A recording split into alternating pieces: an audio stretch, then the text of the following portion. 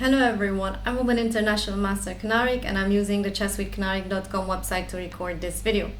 In this video we're going to see a pawn endgame where we can see that we have an extra pawn. We have two pawns and they are very advanced, while black has only one passed pawn. But the difference is that the black's passed pawn, if we draw the square of the black's passed pawn, we can see that our king is out of the square of that passed pawn. It's white's turn here. If we play a move, we're not going to be able to get in the square of the passed pawn, which means that we just need that one move to be in the square, one extra move to be in the square.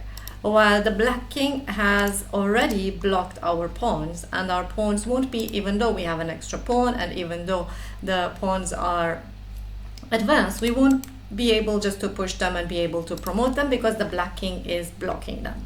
Now, another thing is that at the same time, in this position, there is some danger here, because if we are able, with the help of our king, to push this pawn to d7, that's going to be a checkmate.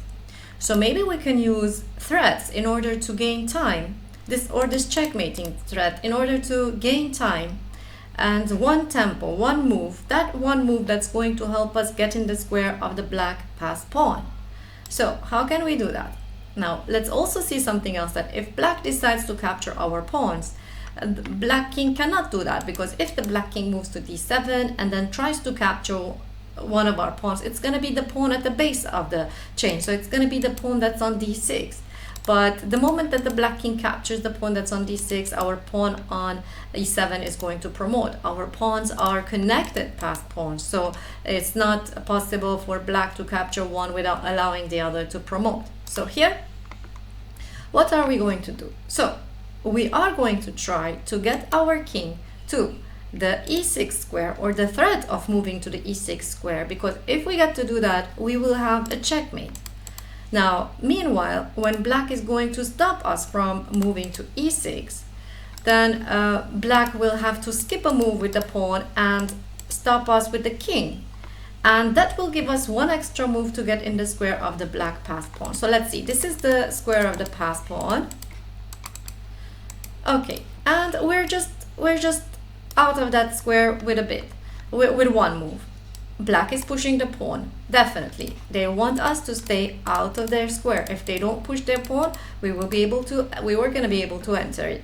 Now, we're playing here, pawn to a king to c4. Now, the idea is I'm trying to get closer to the square of the black passed pawn. At the same time, I'm trying to get close to the c6 square. Now, again, if the black king wastes a move with the king, then I will be able to enter the square of the black passed pawn and be able to capture it. So black is not going to waste time. Black is just going to push the pawn.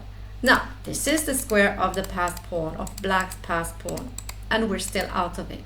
But by playing here king to d5, we will be able to be one step closer to the square of the passed pawn and one step closer to a mating net, to creating a mating net, because if our king reaches the e6 square, there is nothing that black can do to stop us from the checkmate.